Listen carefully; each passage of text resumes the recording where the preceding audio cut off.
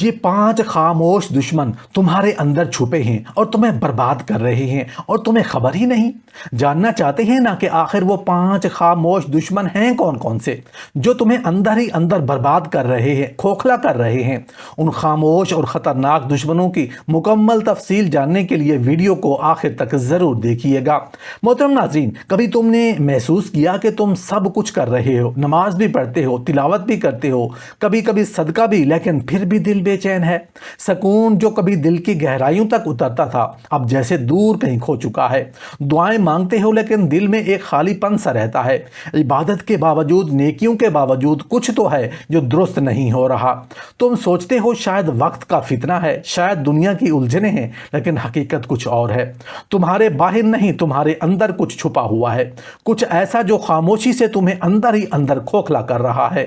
دشمن وہ ہوتا ہے جو سامنے ہو تو تم لڑنے کے لیے تیار ہو جاتے ہو، لیکن اگر وہ تمہارے اندر ہو، تمہارا دل، تمہاری نیت، تمہارے مزاج، تمہارے رویوں میں چھپا ہو، تب تمہیں اندازہ بھی نہیں ہوتا کہ وہ تمہیں تباہی کے دہانے تک لے آیا ہے۔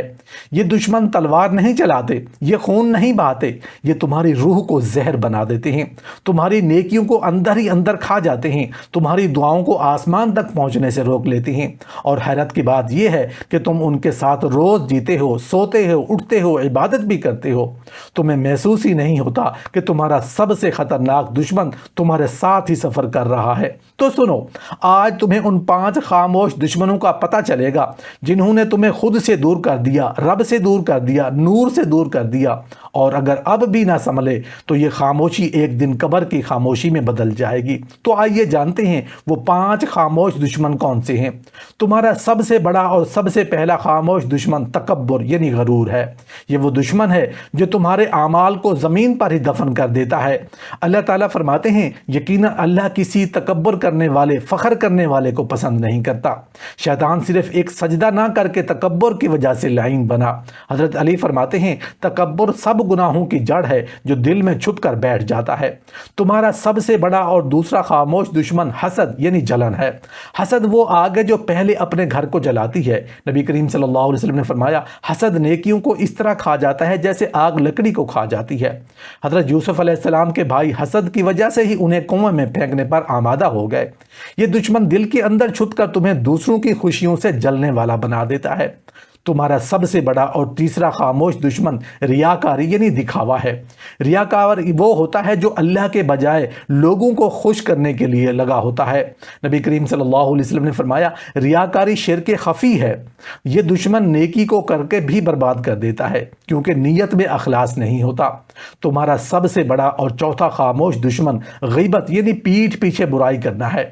قرآن کہتا ہے، کیا تم پسند کرتے ہو کہ اپنے مردہ بھائی کا گوشت کھاؤ؟ تمہیں گھن آئے گی۔ حضرت حسن بصری کہتے ہیں، غیبت وہ زہر ہے جو روحانیت کو مار دیتا ہے۔ تمہارا سب سے بڑا اور 5واں خاموش دشمن غفلت یعنی دین سے دوری ہے۔ یہ سب سے خطرناک دشمن ہے کیونکہ غفلت انسان کو سمجھاتی ہے سب کچھ ٹھیک ہے، جبکہ اندر سے وہ تباہ ہو رہا ہوتا ہے۔